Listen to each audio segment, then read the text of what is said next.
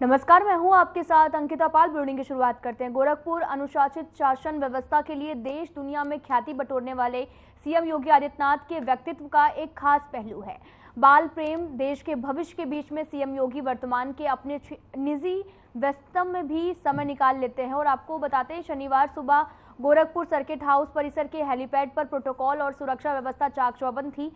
और इस बीच जैसे ही सीएम का हेलीकॉप्टर लैंड हुआ तो परिसर से सटे एक बंद गेट से उस पार पड़ने वाले अंबेडकर पार्क में पिकनिक मनाने आए दो स्कूलों के बच्चों का उत्साह और उल्लास आसमान छूने लगा। आपको बता दें कि हवा में लहराते हुए सैकड़ों बच्चों के हाथ देखकर बालकन के से समवेत गुंजित अभिवादन की आवाज सुनकर सीएम योगी पहले से तय कार्यक्रम स्थल के बजाय मुस्कुराते हुए बच्चों के पास पहुंच जाते हैं। और इस दौरान सीएम ने इशारा किया तो बच्चे हेलीकॉप्टर के पास में आए, जहां पर सीएम ने बच्चों से हाथ मिलाया, दुलार किया और चॉकलेट भी दी। आपको बता दें कि प्रोटोकॉल से इतर मुलाकात, प्रेम, दुलार, आशीर्वाद के बीच में बच्चों ने कोई ख्वाहिश की तो उसे भी अभिभावक बनकर पूरा करना उन्हें आत्मीय संतोष देता रहा। आपको बता दें कि तभी तो बच्चों को भी सीएम योगी पर नाज है।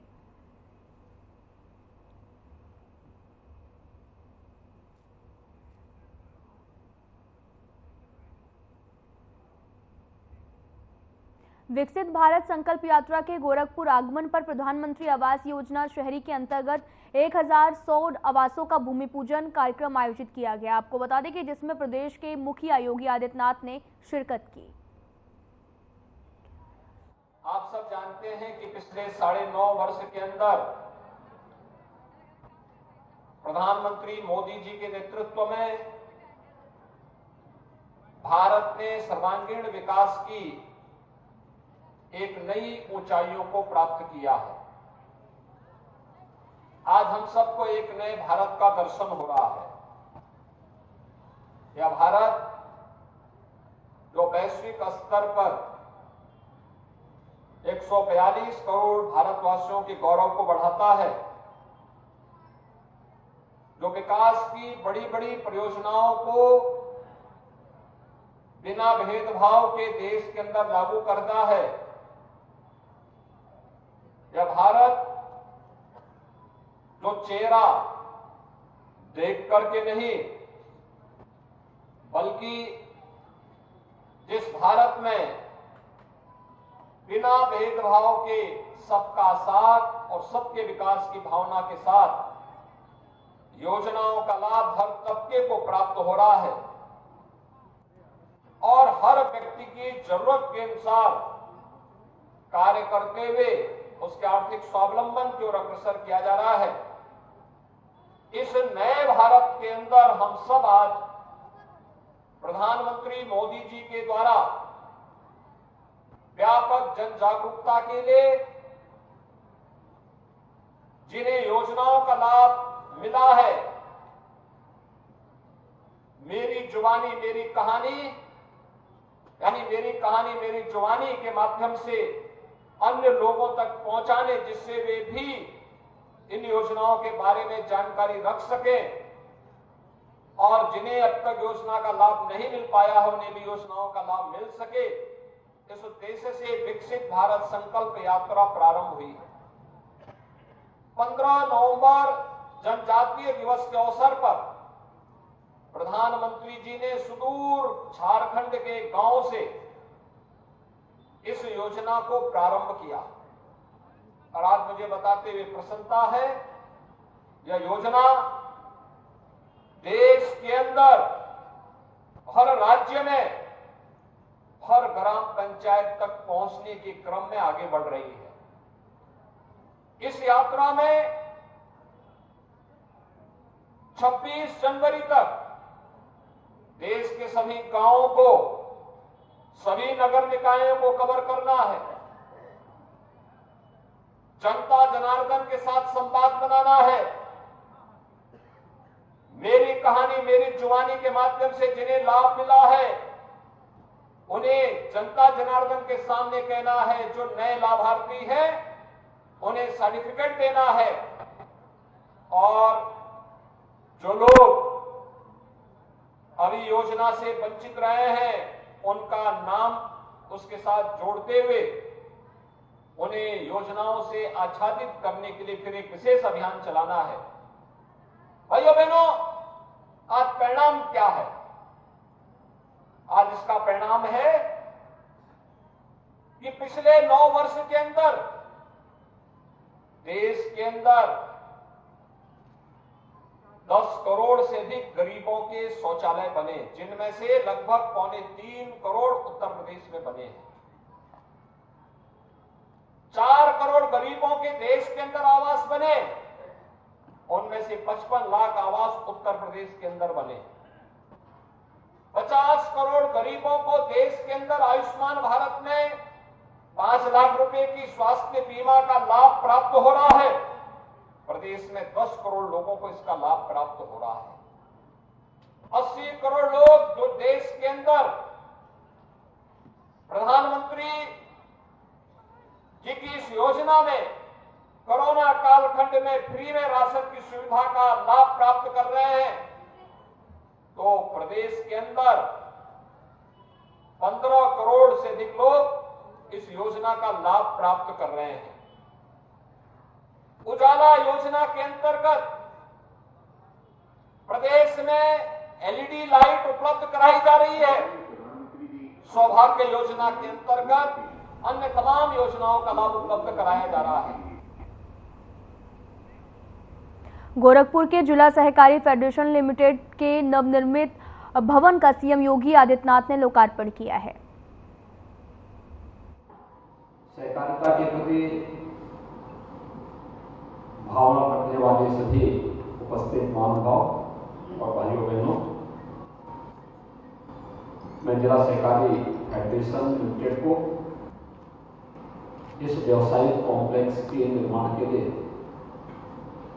हृदय से धन्यवाद देते हुए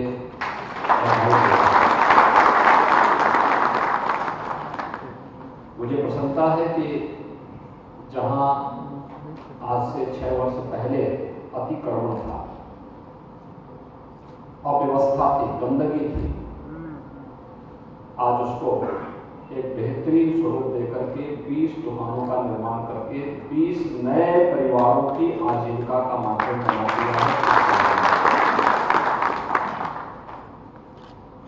यही सहकारिता है।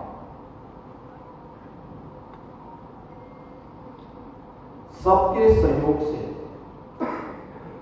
और फिर प्रॉफिट में भी सबको सहभागी बना देना।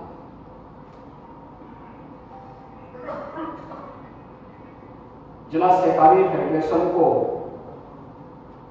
अपनी इनकम बढ़ाने का अवसर प्राप्त हुआ। इनकम बढ़ाने के बाद उन्होंने उस पूंजी को थोड़ा थोड़ा पैसा इकट्ठा करते हुए जमा किया। पिछली देनदारी से मुक्त होने के साथ साथ इस व्यवसायिक कॉम्प्लेक्स का निर्माण भी कर दिया। अब इस संस्था के पास एक अस्थायी आय का स्रोत हो गया। यानी ये जो 20 दुकानें बनी हैं, जब तक ये कार्य करेंगे हर 3 या 5 वर्ष में इनका रिन्यूअल होता रहेगा और जिला सहकारी फेडरेशन को उसकी इनकम से पैसा मिलता रहेगा। इस पैसे का उपयोग यहां पर इससे जुड़े हुए जो डेलीगेट्स होंगे और आम जनता की सुविधा के लिए यह फेडरेशन इसका बेहतर उपयोग कर पाएगा। भाइयों बहनों, आप सब जानते हैं सहकारिता आंदोलन वास्तव में भारत की मूल विकास की आत्मा रही है। जिन राज्यों ने सहकारिता की वास्तविक महत्व को समझा, वे राज्य विकास की दौड़ में काफी आगे निकल गए। लेकिन जिन राज्यों ने इसकी उपेक्षा की या गलत लोग इसमें हावी हो गए, वे राज्य विकास की दौड़ में पिछड़ गए। राज्य के पिछड़ने का मतलब हर व्यक्ति की प्रति व्यक्ति आय में कमी है। लोगों के चेहरे की खुशहाली को दूर करने की एक सवालपूर्ण चेष्टा है और यह उत्तर प्रदेश जैसे राज्य में हुआ एक शरारत के तहत हुआ। जिन राज्यों ने सहकारिता आंदोलन को मजबूत किया वे राज्य विकास में काफी आगे बढ़ गए, लेकिन हम सब आभारी हैं प्रधानमंत्री मोदी जी के, जिन्होंने सहकारिता के इस महत्व को ध्यान केंद्रित करते हुए पूरे देश के अंदर फैलाने का प्रयास किया। और आज भारत सरकार ने सहकारिता को भी एक मंत्रालय के रूप में गठन करते हुए देश के गृह मंत्री अमित शाह जी को ही इस मंत्रालय का दायित्व दिया है। और सहकारिता आंदोलन आज देश के अंदर तेजी के साथ फैलता हुआ दिखाई दे रहा है। इस सहकारिता सबकी सहभागिता से विकास के नए नए आयाम स्थापित कर देगा और इस कार्यक्रम को बहुत बेहतरीन तरीके से आगे बढ़ाया जा सकता है। यह किसी भी प्रकार की नौकरशाही से मुक्त आम जन की सहभागिता से उनके द्वारा चुने गए डायरेक्टर होंगे, उनके द्वारा चुने गए सभापति होंगे, उनका एक निश्चित कार्यकाल होगा, उनकी बायलॉज के अनुसार उनकी कार्य पद्धति होगी और वह हर एक किसान को बीज से लेकर बाजार तक पहुंचाने की सुविधा, उस प्रॉफिट में मिलने वाली जो उसका लाभांश में सहभागी बनाने की व्यवस्था, इन सभी के साथ जोड़ने का एक बेहतरीन कार्य कर सकता है। गोरखपुर में मुख्यमंत्री सामूहिक विवाह योजना के अंतर्गत 1500 जोड़ों का विवाह संपन्न हुआ। इस विवाह कार्यक्रम में मुख्यमंत्री योगी आदित्यनाथ उपस्थित रहे। मुख्यमंत्री सामूहिक विवाह कार्यक्रम में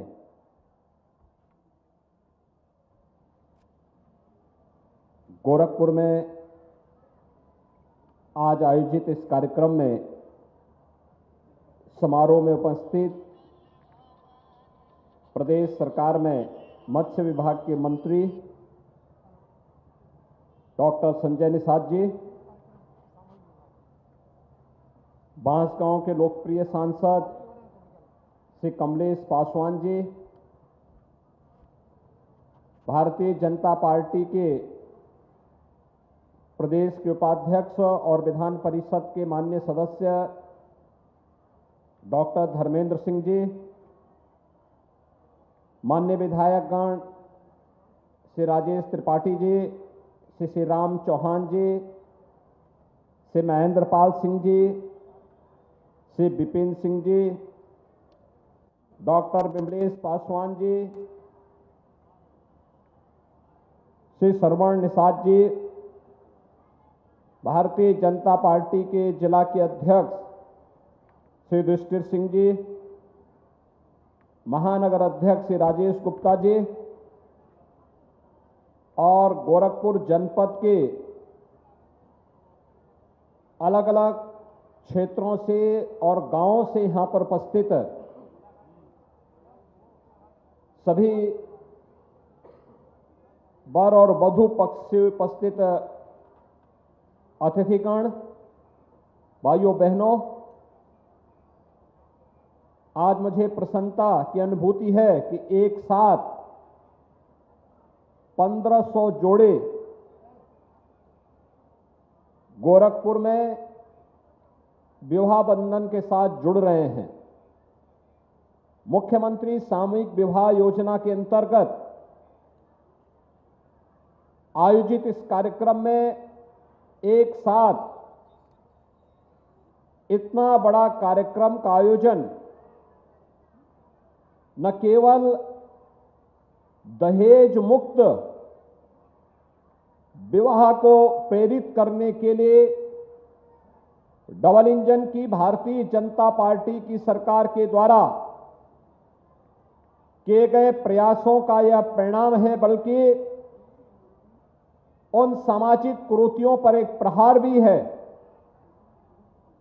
जो समाज में एक गरीब को, एक वंचित को उन कुरीतियों के कारण बेटी की शादी जैसे पवित्र यज्ञ से वंचित कर देता था। भाइयों बहनों, हम सबको इस बारे में ध्यान रखना होगा कि जहां हमें बाल विवाह से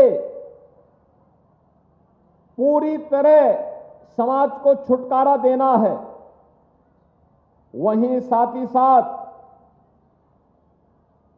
दहेज के बहाव में जिन बालिकाओं पर अत्याचार होता था, इसको भी पूरी तरह समाप्त करने की दिशा में ये मुख्यमंत्री सामूहिक विवाह की योजना एक अभिनव प्रयास है। और इस अभिनव प्रयास का परिणाम है कि आज जो यहां पर 1500 जोड़े विवाह बंधन के साथ जुड़ रहे हैं, इसके साथ ही प्रदेश में अब तक हम 3 लाख से अधिक परिवारों को इस सामूहिक विवाह योजनाओं के साथ जोड़ चुके हैं। इन सभी 1500 परिवारों को मैं इस अवसर पर हृदय से बधाई देता हूं, अपनी शुभकामनाएं देता हूं।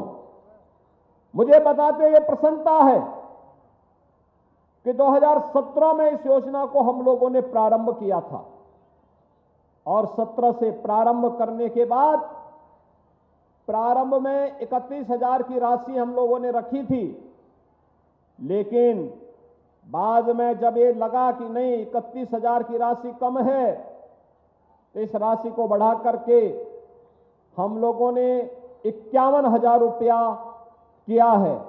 और भाइयों बहनों, 51,000 रुपये में वर और वधू की आवश्यक सामग्री उन्हें और वस्त्र देने के साथ ही उनकी आवश्यकताओं के लिए भी एक निश्चित राशि बैंक अकाउंट में उनके नाम पर जमा भी कराई जाती है।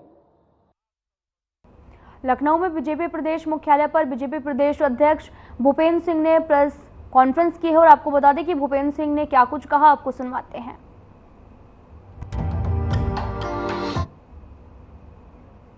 द्वारा की गई छापेमारी में 200 करोड़ रुपए से अधिक की धनराशि बरामद की गई है और ये साफ हो चुका है कि कांग्रेस और उसके घमंडिया गठबंधन के साथियों का केवल एक ही उद्देश्य है कि अनैतिक रूप से धन अर्जित करना, भ्रष्टाचार करना। एक तरफ घमंडिया गठबंधन है जहां भ्रष्टाचार, कमीशनखोरी, लूट खसोट और दलाली की गारंटी है। दूसरी तरफ हमारे देश के आदरणीय प्रधानमंत्री नरेंद्र मोदी जी की गारंटी है, जो भ्रष्टाचार को समूल नष्ट करने के लिए प्रतिबद्ध है। जनता से जो लूटा है उसकी पाई पाई जनता को लौटानी होगी, ये मोदी जी की गारंटी है। मोदी जी की गारंटी का मतलब बेईमान और भ्रष्टाचारियों से पाई पाई की वसूली की गारंटी है। भाइयों बहनों, अगर कांग्रेस के सांसद के पास 200 करोड़ रुपए की नकदी पकड़ी गई है, तो बाकी कांग्रेस के सांसदों के पास कितनी धनराशि होगी, ये यक्ष प्रश्न है। इसी हिसाब से तो गांधी परिवार विश्व का सबसे ज्यादा भ्रष्टाचारी परिवार है। राहुल गांधी, ऐसे कितने आर्टिस्ट हैं कांग्रेस में, जनता से लूटे हुए पैसे का हिसाब किताब हर रोज लिया जाएगा, ये सब मोदी जी की गारंटी है। कांग्रेस ने अपने नेताओं को करप्शन का एटीएम बना दिया है। कांग्रेस की मोहब्बत की दुकान से निकला नोटों का पहाड़, जिसकी गिनती आज भी जारी है। मोहब्बत की दुकान की एक फ्रेंचाइजी के गल्ले से 200 करोड़ रुपए के नोट मिले हैं। लगता है खूब बिक्री हुई है।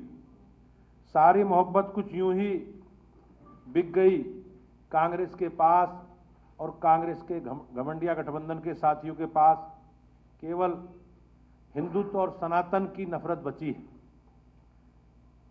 जहां कांग्रेस का जनप्रतिनिधि होगा, वहां इस बात की गारंटी है कि भ्रष्टाचार अवश्य करेगा। ऐसे घोटाले और भ्रष्टाचार के सेंटर का नाम यदि गांधी परिवार करप्शन सेंटर रख दिया जाए तो वह गलत नहीं होगा। क्योंकि ऐसे सभी कामों की ट्रेनिंग उन्हीं के द्वारा की जाती है। INDI अलायंस यानी कि घमंडिया गठबंधन के नेता भ्रष्टाचार करके लूट खसोट करते रहे हैं, जब ED, CBI और IT जैसी। प्रधानमंत्री नरेंद्र मोदी इन्फिनिटी फोरम के दूसरे संस्करण का आयोजन किया। आपको बता दें कि PM मोदी ने संबोधित भी किया। क्या कुछ कह रहे हैं, आपको सुनवाते हैं। गुजरात के लोकप्रिय मुख्यमंत्री श्रीमान भूपेंद्र भाई, राज्य सरकार के मंत्री, IFSCA के चेयरमैन के राजारामन जी, दुनिया के सम्मानित फाइनेंशियल इंस्टीट्यूशंस और विभिन्न संस्थाओं के लीडर्स, देवी और सज्जनों, आप सभी का इन्फिनिटी फोरम के दूसरे एडिशन में अभिनंदन है। मुझे याद है जब दिसंबर 2021 में हम पहले इन्फिनिटी फोरम के दौरान मिले थे, तो पैंडेमिक की उसकी वजह से दुनिया में कितनी अनसर्टेनिटी थी। हर कोई ग्लोबल इकोनॉमिक ग्रोथ को लेकर आशंका में था और ये चिंता आज भी खत्म नहीं हुई है। जियो पॉलिटिकल टेंशन, हाई इन्फ्लेशन और डेट लेवल्स की मुश्किलें आप सभी बहुत अच्छी तरह जानते हैं। ऐसे समय में भारत रेजिलियंस और प्रोग्रेस का एक शानदार उदाहरण बनकर उभरा है। ऐसे महत्वपूर्ण कालखंड में गिफ्ट सिटी में 21वीं सदी की आर्थिक नीतियों पर मंथन होना गुजरात का गौरव बढ़ाने वाला है। वैसे मैं आज गुजरात के लोगों को एक और बात के लिए भी बधाई दूंगा। हाल ही में गुजरात के पारंपरिक डांस गरबा को यूनेस्को ने इंटेजिबल कल्चरल हेरिटेज में शामिल किया है। ये अपने आप में बहुत बड़ी उपलब्धि है। गुजरात की सफलता देश की सफलता है। फ्रेंड्स, आज भारत की ग्रोथ स्टोरी ने दुनिया को दिखाया है कि जब पॉलिसी को सर्वोच्च प्राथमिकता दी जाए, जब गुड गवर्नेंस के लिए पूरी ताकत लगाई जाए, जब देश और देशवासियों का हित ही आर्थिक नीतियों का आधार हो, तो क्या नतीजे मिलते हैं। भारतीय व्यवस्था ने इस फिस्कल ईयर के पहले 6 महीनों में ही 7.7% की दर से प्रगति की है। इसी साल सितंबर में IMF ने कहा था कि 2023 में 16%, वर्ल्ड बैंक ने कहा था कि ग्लोबल चैलेंजेस के बीच भारत और उसकी अर्थव्यवस्था से बहुत ज्यादा उम्मीदें हैं। इसी साल मार्च में ऑस्ट्रेलिया के PM ने कहा था कि भारत ग्लोबल साउथ को लीडरशिप देने के लिए मजबूत स्थिति में है। कुछ महीने पहले केंद्रीय मंत्री और बीजेपी नेता स्मृति ईरानी ने ओडिशा स्थित शराब विनिर्माण इकाइयों पर आईटी छापे में बरामद 200 करोड़ रुपए की नकदी पर कहा कि मोहब्बत की दुकान पर भ्रष्टाचार का कारोबार चल रहा है। कांग्रेस को इस पर जवाब देना होगा। मोहब्बत की दुकान पर करप्शन का कारोबार चल रहा है।